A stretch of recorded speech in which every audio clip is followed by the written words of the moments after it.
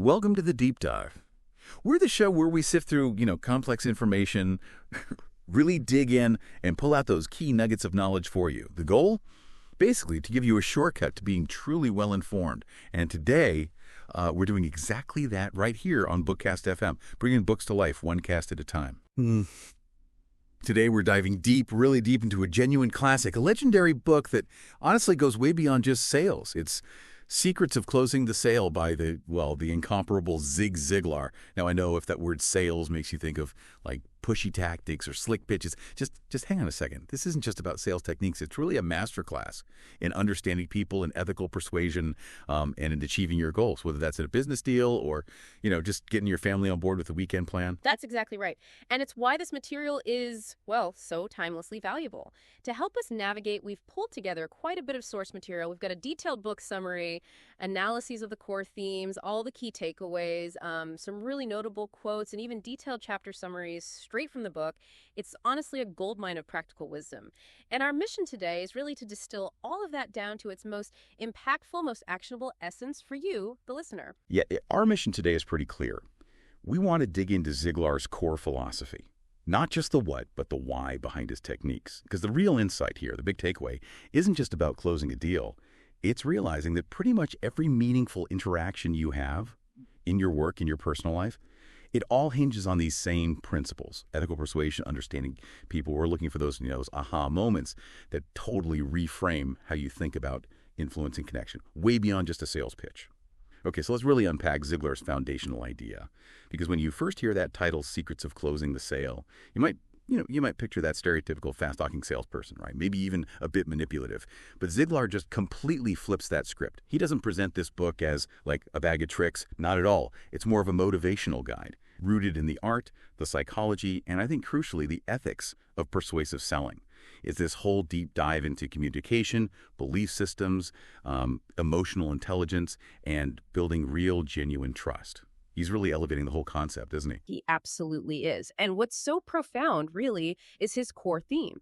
Selling is a transfer of feeling. He argues it's not about, tricking someone into buying something they don't need or maybe don't even want. Instead, it's about transferring your enthusiasm, your genuine conviction, your belief in the value, transferring that from you, the seller, to the buyer. You're not just moving a product off a shelf, you're helping people make decisions that are truly, genuinely in their best interest. And that reframe, that makes it incredibly relevant for literally anyone. Even if you think, I'm not in sales. Think about it, right? A leader trying to inspire their team, a parent encouraging their kid, even just a friend recommending a great movie. You're all doing that, transferring a feeling, sharing your convictions so someone else can benefit. And right at the heart of that philosophy is integrity. It's absolutely central. Ziglar's fundamental rule is crystal clear, non-negotiable, long-term success. It has to be rooted in truth, in trust, and in service. He says it point blank. A sale should never be closed unless it's genuinely good for the buyer. It's not just like a nice add-on. It's the bedrock. Yeah. If it's not truly beneficial for them, it's not going to be good for you in the long run either. Exactly. And he reinforces this with probably his most famous quote, one that really goes way beyond just sales. You can have everything in life you want if you will just help enough other people get what they want.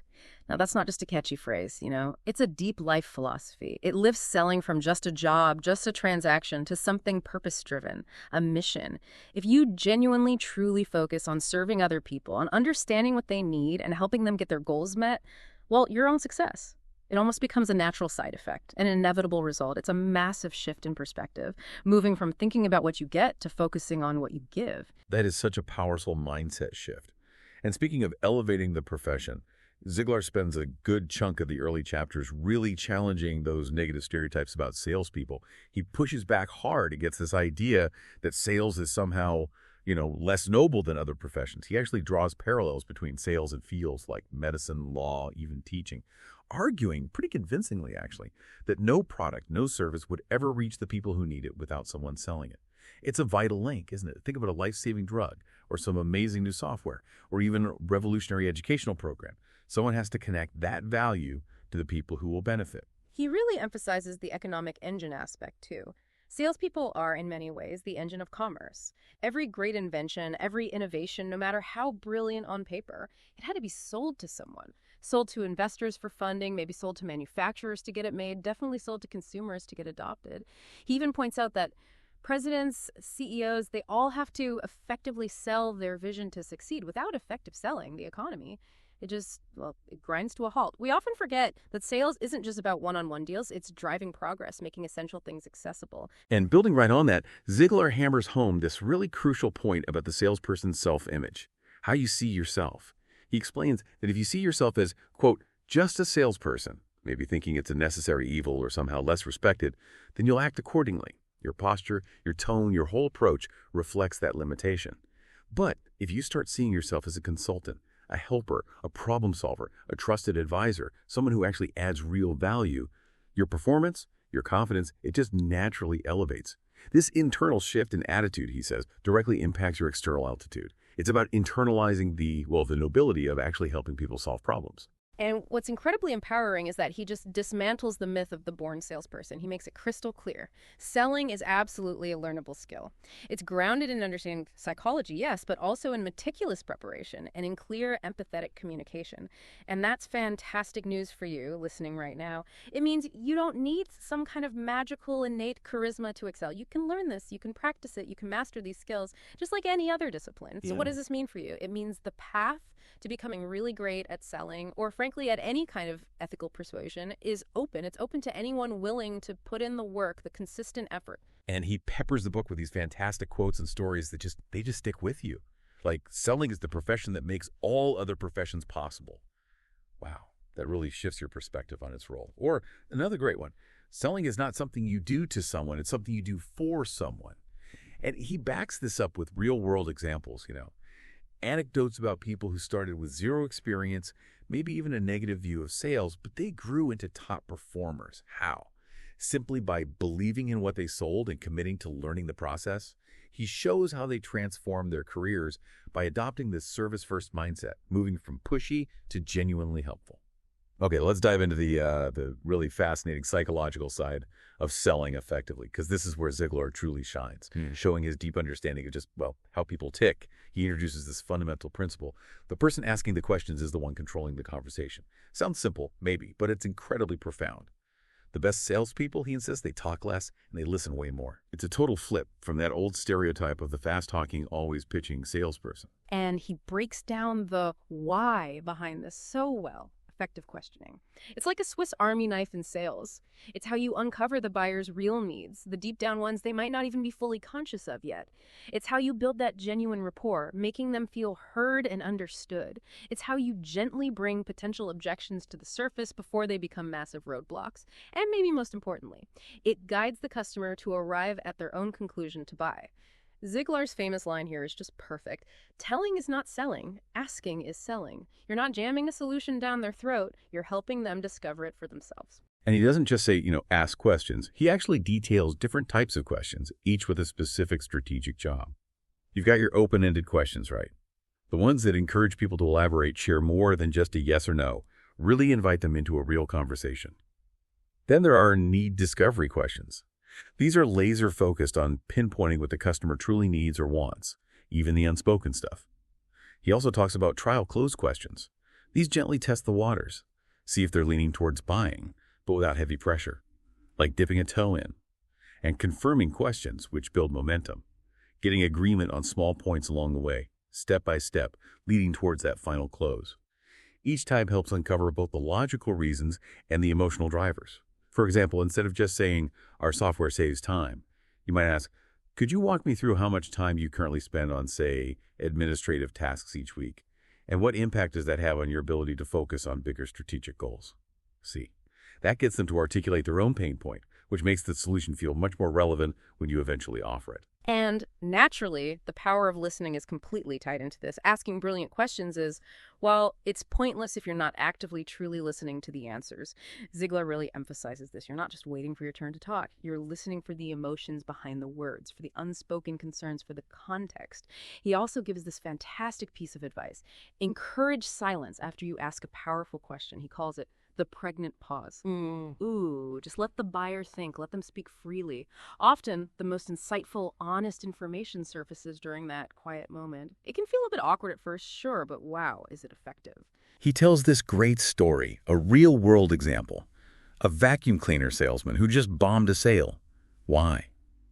Because he just went on and on, pitching feature after feature in this relentless monologue, total feature dump. Then a second rep comes in, asks a few simple questions about the customer's main cleaning frustrations. What bugs you most about your current vacuum? What would make cleaning easier for you? Listens carefully and closes the deal in less than 15 minutes. He didn't just tell. He listened, understood, and then helped her see the solution she actually needed. It was almost like she discovered it herself. That leads perfectly into another core Ziglar concept. Sales are not made, they are caused. What he means is sales don't just happen randomly or by luck or just because you showed up.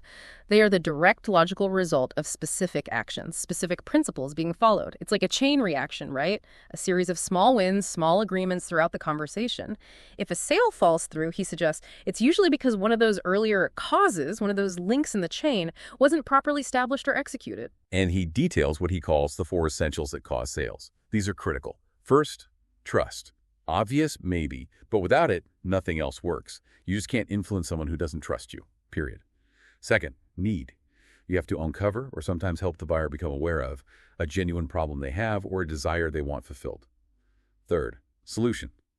Your product or service has to genuinely, authentically solve that specific problem or fulfill that desire. It needs to be a real fit, not forced. And fourth, urgency. If there's no compelling reason for them to act now, the decision just gets put off indefinitely. I'll think about it. All 4 are vital. If even one is missing or weak, the whole thing can break down. You really can't rush or skip over these foundational steps. And this is where Ziglar drops another fascinating psychological nugget.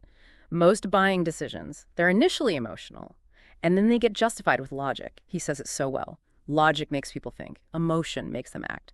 This means you need to connect on both levels, but you often lead with the emotion.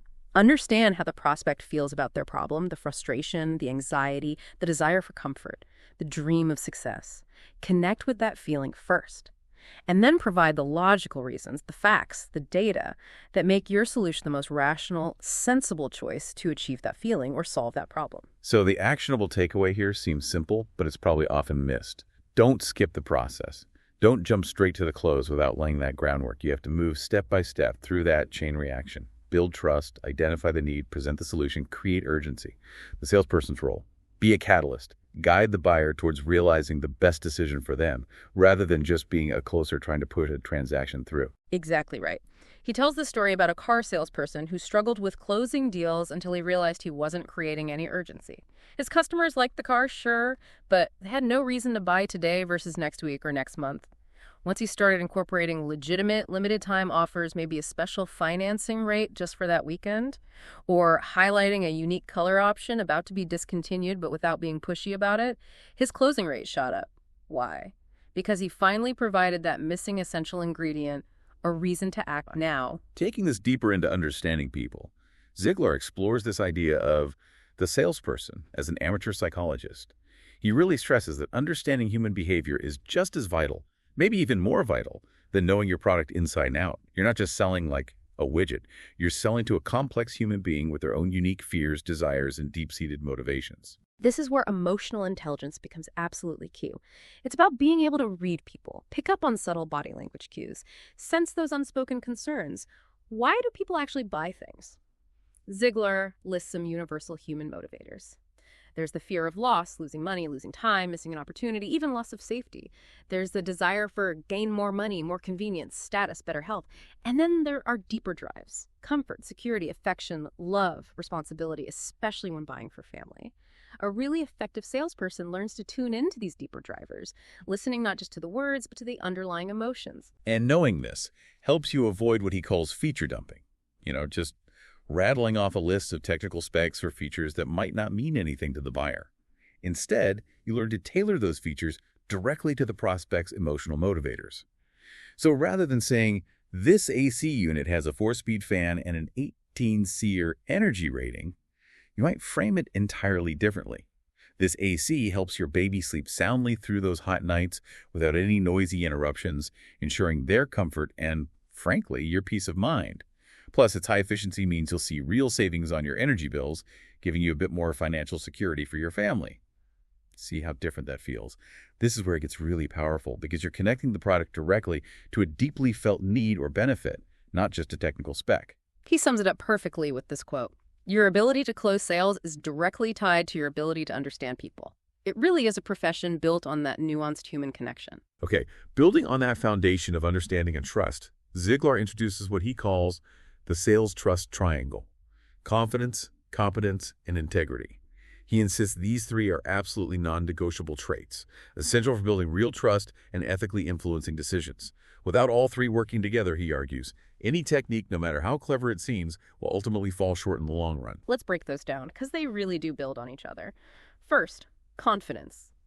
This is your unwavering belief in yourself, sure, but also in your company, and critically, in the value of your product or service.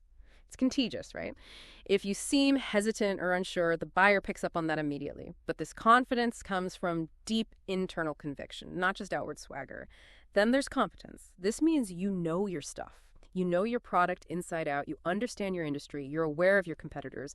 You are the expert they can rely on. You can answer questions accurately, explain benefits clearly. And finally, integrity. This is the absolute cornerstone. It means doing the right thing, always, even when nobody's looking. It means only selling when it is genuinely, truly in the buyer's best interest. As Ziglar powerfully states, the most important persuasion tool you have in your entire arsenal is integrity. Without it, confidence and competence can easily slide into manipulation. And he really spells out how these three are interconnected. It's a simple but potent formula he presents. Confidence without competence, that's just bluffing. You sound good, but you lack the substance. Competence without integrity, that's dangerous. It leads straight to manipulation. You know how to persuade, but you might use it unethically. And integrity without confidence. That results in hesitation. You mean well, but you're too unsure to effectively help the buyer make a decision. All three, he stresses, must be present and balanced for consistent, sustainable success. You can't just fake one or two. The whole triangle has to be solid. He gives a really vivid real-world comparison, too. He talks about a real estate agent whose rock-solid honesty, even advising a client against buying a specific house because it wasn't the right fit for their long-term needs, built such incredible trust that she got tons of referrals just from that one interaction, even though she technically lost that initial sale. And he contrasts that with a car salesman who routinely fudged the numbers on fuel economy. Sure, he might have made a few quick sales, but he quickly lost all credibility once customers realized they'd been misled. Integrity, Ziglar shows, builds lasting relationships and a sustainable career. Its absence, that inevitably leads to a dead end. Okay, another really pivotal concept he introduces, one that resonates way beyond just sales, is this idea that the first sale is to yourself. You absolutely must first sell yourself on your product, on your service, before you can authentically and effectively sell it to anyone else. It's about that deep internal conviction radiating outwards. Yeah, this ties right back to his core idea of the transference of feeling. If you aren't genuinely passionate, confident, and enthusiastic about what you're offering, well, those feelings just aren't going to transfer effectively to your prospect. Your own lack of belief will show up. Maybe as hesitation when it's time to ask for the sale, or as weakness when you're trying to handle objections. But if you are truly sold yourself, if you genuinely believe in the value you provide, that belief just dissolves internal friction. Your conviction becomes this incredibly powerful, natural, persuasive force. So the actionable advice here is pretty straightforward, isn't it? Yeah. If it makes sense, use the product or service yourself. Immerse yourself in it. Gather testimonials. Collect those personal stories of how it's genuinely helped people. Why? Because, as Ziglar puts it, if you're not sold, you're not persuasive. Period. Mm-hmm. You need that bedrock of internal belief to really fuel your efforts and make your message connect on a deeper level. He tells this great story about a cookware salesman whose sales figures just turned around completely after he started actually using the cookware at home every single day. His conviction wasn't just some rehearsed script anymore. It became authentic, genuine, rooted in his own positive experience. And that realness, it was incredibly influential. Buyers could sense it. It wasn't just about knowing the features. It was about truly believing in the benefits because he lived them. That made his recommendations carry so much more weight. All right, let's shift gears a bit and talk about how Ziglar guides us through the actual sales process.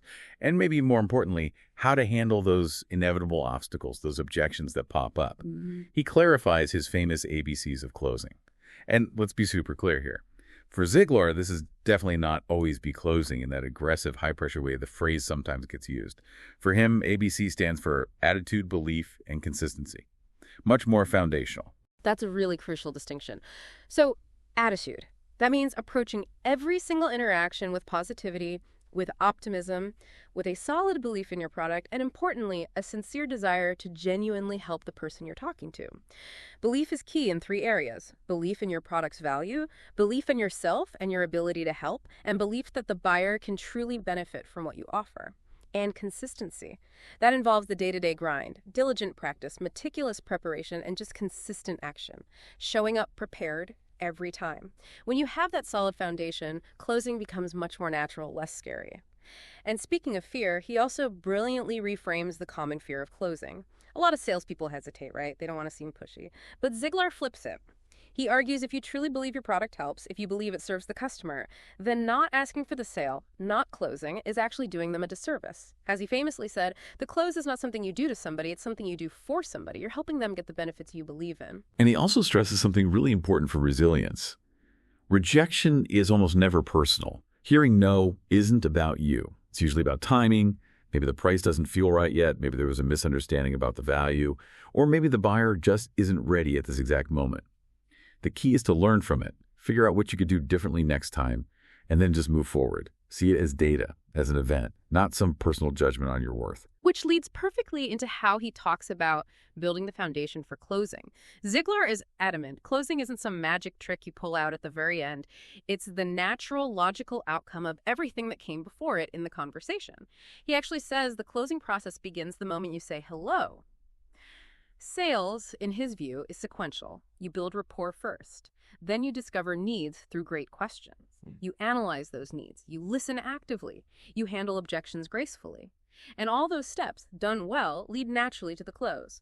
Think of building a house again, the roof, the close. It absolutely requires that strong foundation of trust, understanding, and identified need. Your knowledge, your attentiveness, your honesty, your professionalism, those are the real closing tools. They build the trust. And even getting small agreements along the way, those little yeses to trial closes or confirming questions, they build momentum towards the final decision. Okay, now let's tackle the big one. Objections. Every salesperson, really anyone trying to communicate an idea, runs into these. But Ziglar offers this game-changing insight. He argues objections are not roadblocks. They're actually often requests for more information or maybe just for reassurance. He sees them as positive signals. If someone raises an objection, it means they're engaged. They're interested enough to think critically about it, to care. It's way better than just passive indifference. It's a sign they're actually considering it. Exactly. He elaborates that each objection usually points to a specific underlying concern. Maybe it really is price, or maybe it's a lack of trust, or they don't quite see the need yet, or there's no sense of urgency. And crucially, the stated objection often masks the real one, like, it's too expensive, might really mean I don't see enough value to justify that price yet. Or that classic, I need to think it over, could easily hide a fear of making the wrong choice, or lingering distrust, or just plain uncertainty. At the root of most objections, he suggests, is some form of fear. Fear of loss, fear of making a mistake, fear of being misled, or even just the fear of change itself. So his advice is critical. Never argue with an objection. Don't get defensive. Instead, explore it. Acknowledge it empathetically. I hear you. Ask clarifying questions to dig down to the real issue. Then gently guide the conversation back to the value and the solution. Like he says, an objection is not a rejection. It's a request for more information. That just changes the whole dynamic, doesn't it? Okay, so knowing that, let's dig into some specific types of objections, because this is where Ziglar's practical advice really comes through. He covers a lot, but we can kind of group them by the core challenge they represent. Good idea. Let's start with maybe the toughest one, the unconvinced, often heard as no need. If the buyer genuinely believes they don't need what you're offering, well, there's no sale, right? The solution here isn't to, invent a need. It's to help them uncover a latent need, something they haven't fully recognized yet, or maybe a future need they haven't considered. You do this by asking those deeper discovery questions we talked about. What would happen down the line if this potential problem occurred and you weren't prepared? Or, looking ahead a year, what are your biggest goals and what obstacles might stand in the way right now? Remember Ziglar's line, people don't buy drills, they buy holes. They want the outcome, the solution. He told a story about a business owner dead set against new accounting software. Spreadsheets work fine, but the salesperson gently asked about the stress during tax season, the risk of errors leading to audits, the potential growth being missed due to inefficient financial tracking. Suddenly, the owner realized he was limiting his future potential. The need became clear, and the sale happened. Then there's the one we all hear, the budgetary blocker, the no money price objection, which, as you said, often means I don't see the value for this price. Exactly. And Ziglar's advice is firm. Don't immediately jump to lowering your price. That often devalues your offering. Your main job is to increase the perceived value. Use smart cost versus value comparisons. Okay, this might cost $100 more upfront, but think about this. It saves you $30 a month in operational costs. So it basically pays for itself in just over 3 months, and then it's pure savings. Or use those powerful word pictures. If you were buying a parachute, would you pick the absolute cheapest one or the one you knew was reliable and expertly made, even if it cost a bit more? He talks about a water purifier salesperson constantly hitting price walls. They overcame it not by talking about the upfront cost, but by showing the family how much they were already spending on bottled water over, say, 5 years. Compared to that, the purifier was actually the cheaper, more valuable long-term choice. It's about reframing cost as investment. Okay, what about the procrastinator, the person who says, no hurry, there's just no urgency? Right. Here, your task is to introduce legitimate, real-time sensitive benefits or maybe highlight future problems they could avoid by acting sooner. For someone looking at a vacation package, maybe it's pointing out booking now means you won't miss the prime travel season, or mentioning that introductory discounts expire next week. You need to create an authentic, compelling reason to decide now rather than later, but without using false pressure, which just kills trust. And then there's the subtle but tricky the disengaged, often showing up as no desire. Logically, it might make sense, but they're just not feeling it emotionally. Yeah, this is where you need to reconnect emotionally. Use vivid stories. Paint pictures with your words. Tap into those emotional triggers we discussed. Don't just list facts. Talk about how the product will make them feel, how it will transform some aspect of their life or work in a tangible way. An insurance agent, for example, isn't just selling a policy document. They're selling the peace of mind knowing your family is secure or the dignity of a continued paycheck even if you can't work. You connect to those deep human needs, security, responsibility, love. And the last major category, maybe the most critical one underlying many others, is the skeptic, which comes out as no trust. Absolutely. If they don't trust you or your company or believe the product will actually deliver, nothing else you say matters. Features, benefits, they just bounce off. The solution here is fundamental. Focus on building genuine rapport. Consistently demonstrate your credibility through your actions, your knowledge. Share believable testimonials from happy customers. And sometimes, just slow down. Stop talking. Start listening more intently. Like Ziglar said, if people like you, they'll listen to you, but if they trust you, they'll do business with you. Trust is absolutely everything. Beyond those core types, some of the slipperiest objections are those polite stalls, like the classic, I want to think it over, which often isn't really about thinking, is it? It's masking something deeper. Usually, yes. It could be fear, uncertainty, maybe still a lack of trust. Ziglar's key advice, don't just accept it and walk away.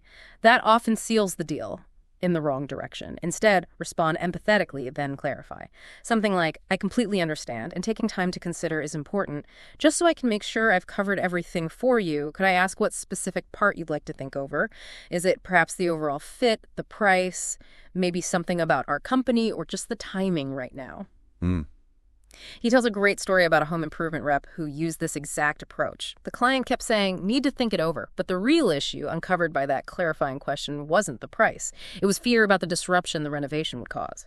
Once the rep addressed that specific fear with a clear, manageable plan, the sale closed easily. Or the blunt, not interested. Feels like a door slamming. But Ziglar suggests it's often just a reflex, an initial defense mechanism, not a deeply considered position. Right, so you don't challenge it directly, that just creates conflict. Instead, you try to gracefully redirect with a question that sparks curiosity. An office supply rep kept getting shut down with not interested on cold calls. Ziglar advised changing the opening entirely. Instead of pitching products, ask a value-focused question first. Would you be open to a quick chat if I could show you a way to potentially cut your current supply costs by 15% this quarter?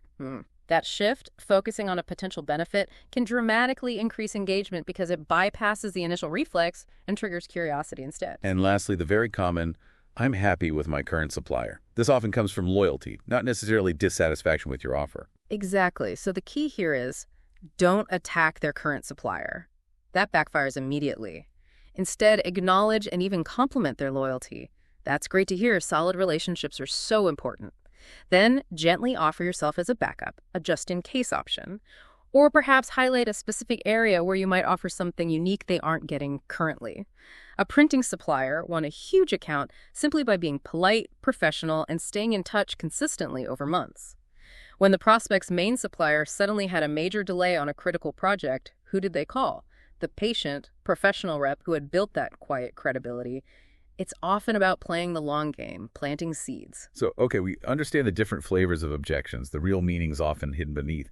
What about Ziglar's general approach, his universal techniques for answering them? He stresses the goal isn't to win an argument, right? It's more like collaborating. Absolutely. His go-to formula is simple, but really effective.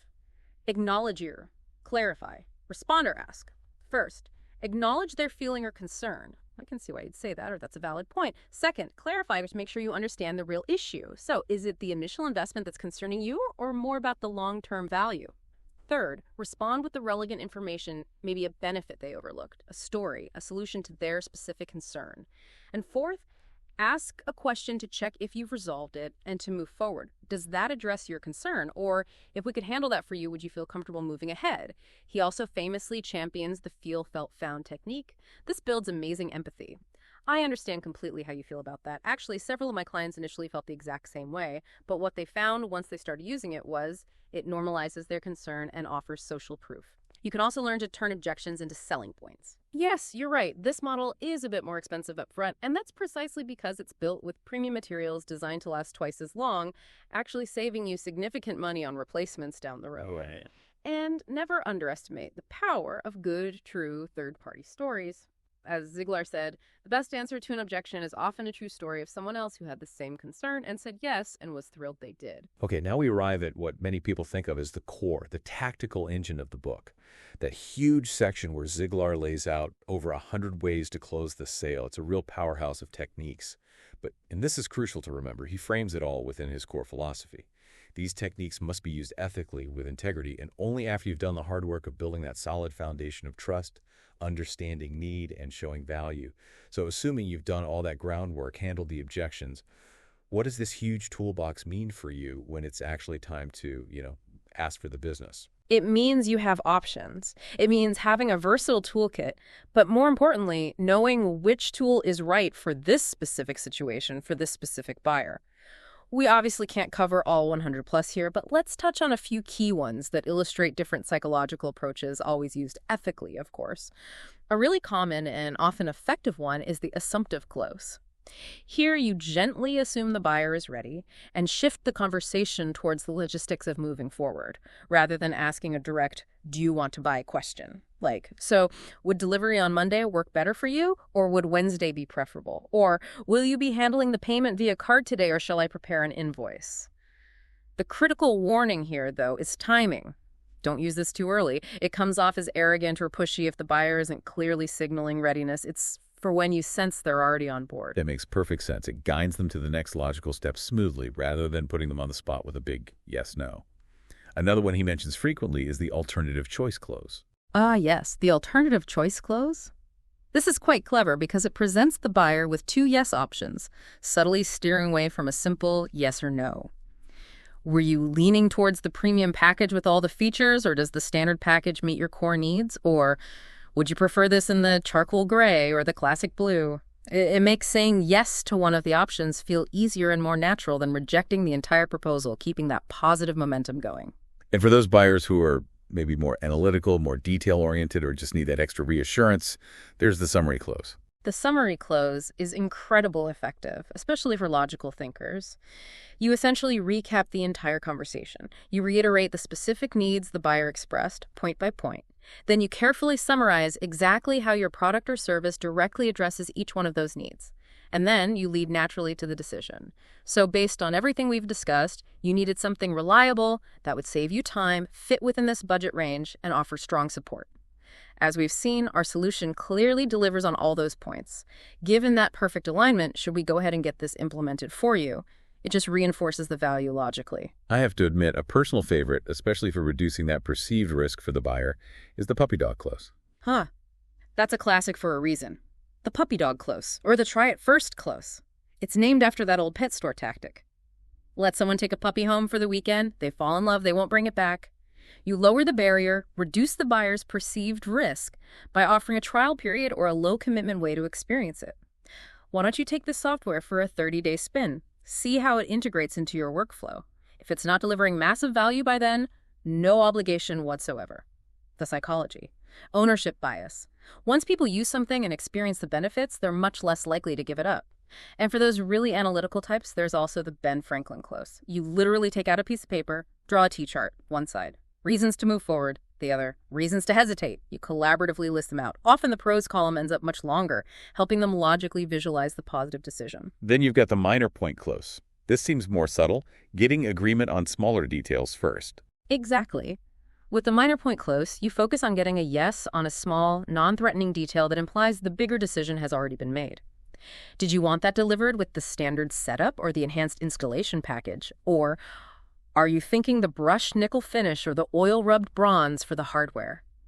Each small agreement builds psychological consistency, making the final yes feel like a natural continuation.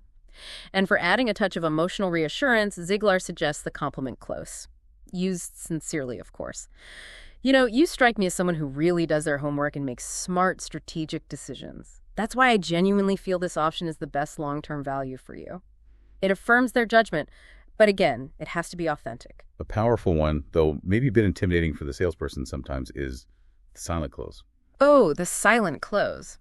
It takes nerve, but it can be incredibly effective. You ask a clear, direct closing question. Based on everything, are you ready to move forward with this today? And then you simply stop talking. Complete silence. As Ziglar warned, often the first person to break that silence loses. The buyer needs that space to process, to weigh things internally, and make their own decision without feeling pressured by more talk. It respects their process. Then there's the sharp angle close. This is a bit more assertive. You use a request the buyer makes for concession as leverage for an immediate close. Okay, you're asking for free delivery. If I can get my manager to approve that for you right now, are we ready to sign the paperwork today? And for the buyer who seems a bit overwhelmed or unsure, the I recommend close can leverage that trusted advisor role you've hopefully built. Absolutely. With the I recommend close, you step in with confident, expert advice. You know, based on everything you've told me about your specific needs and your priorities, I honestly recommend the Pro plan. It truly offers the best combination of features and long-term value for your situation. And for building that final layer of trust and proof, the testimonial close is powerful, using the positive experiences of others. Actually, another client, a company very similar to yours, had the exact same concern about integration time. They went ahead and were amazed it only took 2 days. In fact, they just sent me an email last week raving about the results. When there's genuine urgency like limited stock or an expiring offer, the now or never close comes into play. Yes, the now or never close taps into scarcity or real-time sensitivity. Just letting you know, we only have 3 of these introductory packages left at this special price, and the offer ends Friday. Should I reserve one for you before they're gone? The absolute golden rule here, though. It must be truthful. Fabricated urgency destroys trust instantly. And then there's the most straightforward, the one sometimes forgotten, the direct close. Simply asking, clearly and confidently, are you ready to get started with this? Ziglar points out that a surprising number of sales are lost simply because the salesperson never actually asked for the commitment. And even if the answer is no for now, the referral close keeps the door open and potentially leads to future business. Exactly. The referral close is a great way to salvage value even from a lost sale, and it's low pressure. Okay, I understand this might not be the right fit for you at this moment, but based on our conversation, do you happen to know anyone else, maybe another department head or a colleague who is facing this challenge and might benefit from learning about this solution? It leverages the relationship positively. There's also the takeaway close, which gently withdraws the offer to sometimes spark renewed interest. You know, perhaps the timing isn't quite right for you to make this kind of commitment. Maybe it makes sense to put this on hold for now and revisit it down the road when the need is more pressing. Removing the pressure can sometimes make the buyer reconsider. And a more nuanced one, the ask, then pause, then ask close, using silence strategically for confirmation. Does this sound like it truly addresses the core challenges we discussed? Pause, let them confirm. Okay, great. Based on that, would you like to move forward and get this implemented? Wow. Okay, so the huge takeaway here is that there's no single magic bullet close. Choosing the right one depends completely on the specific buyer, their personality, the context of the conversation, and how strong that foundation of trust is.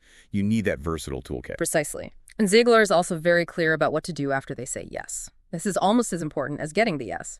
Rule number 1, don't oversell. Once the decision is made, stop pitching. Your job shifted.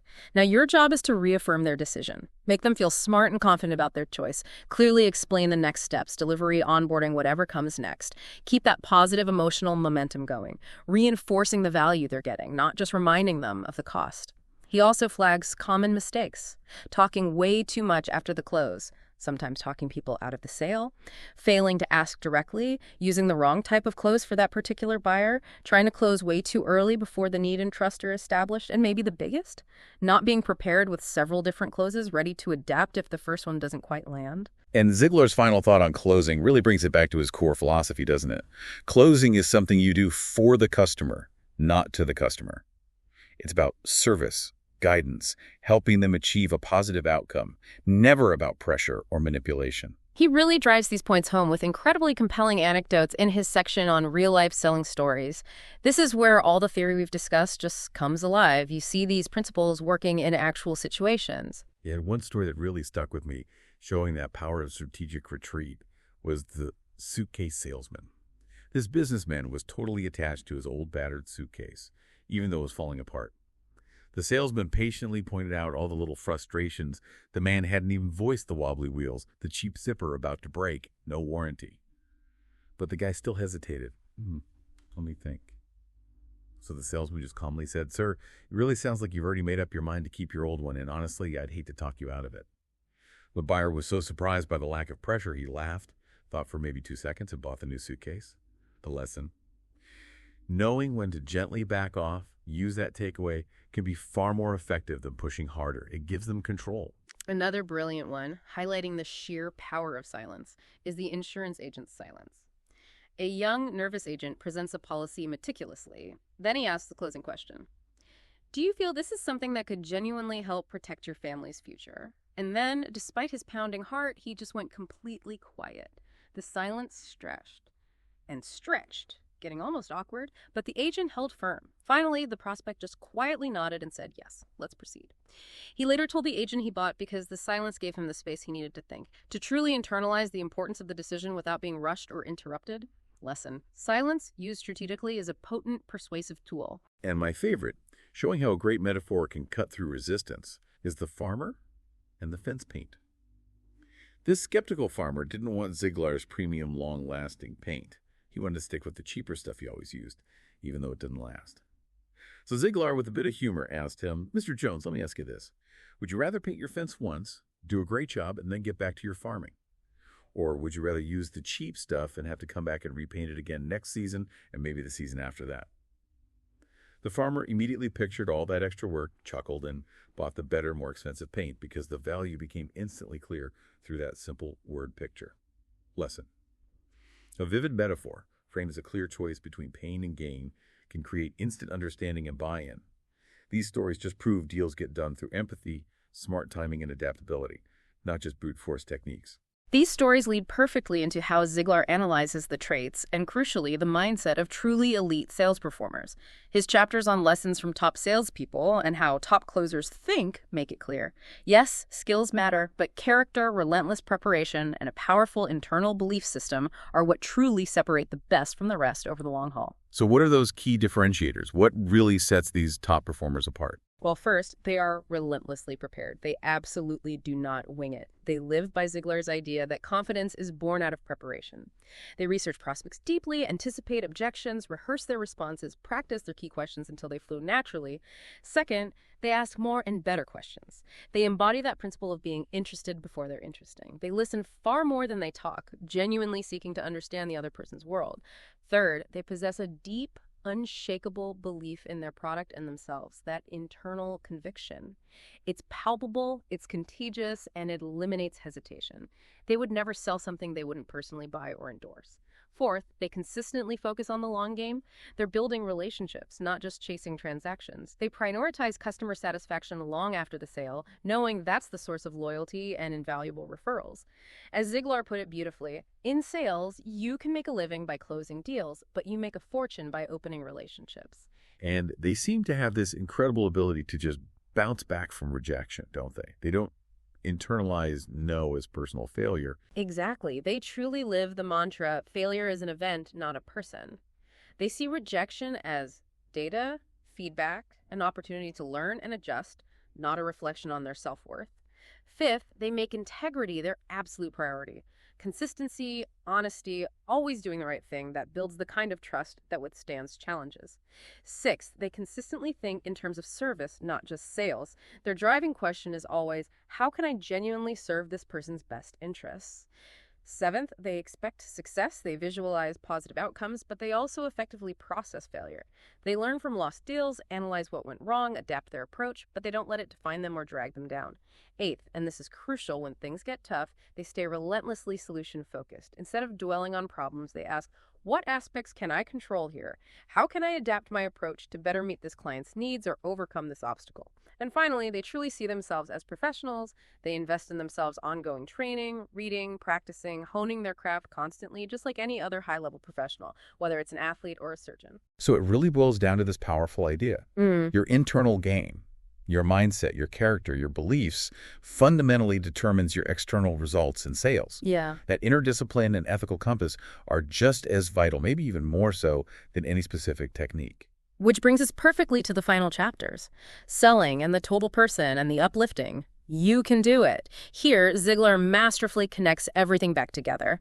He links sales success directly to holistic personal development, to character, to being a well-rounded individual. He strongly emphasizes that, essentially, you can't achieve sustainable public success if you're failing privately.